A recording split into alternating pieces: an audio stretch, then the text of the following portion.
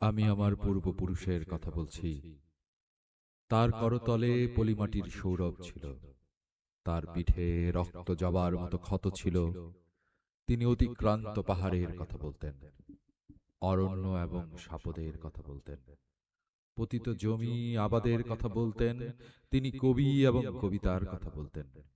জিহ্বায় উচ্চারিত প্রতিটি সত্য শব্দ কবিতা, কর্ষিত জমির প্রতিটি শস্য দানা কবিতা। যে কবিতা শুনতে জানে না সে ঝড়ের আর্তনাদ শুনবে, যে কবিতা শুনতে জানে না সে দিগন্তের অধিকার থেকে বঞ্চিত হবে।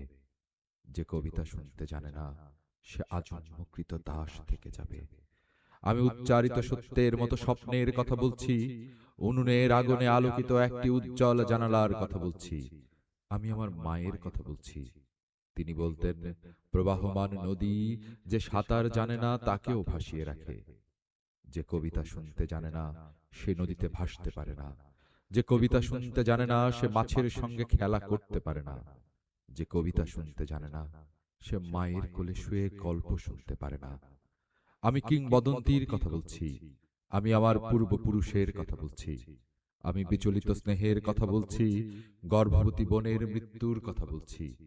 আমি আমার ভালোবাসার কথা বলছি। ভালোবাসা দিলে মা মরে যায়, যুদ্ধ আসে ভালোবেসে, মায়ের ছেলেরা চলে যায়। আমি আমার ভাইয়ের কথা বলছি। যে কবিতা শুনতে জানে না সে সন্তানের জন্য মরতে পারে না। যে কবিতা শুনতে জানে না সে ভালোবেসে যুদ্ধে যেতে পারে না।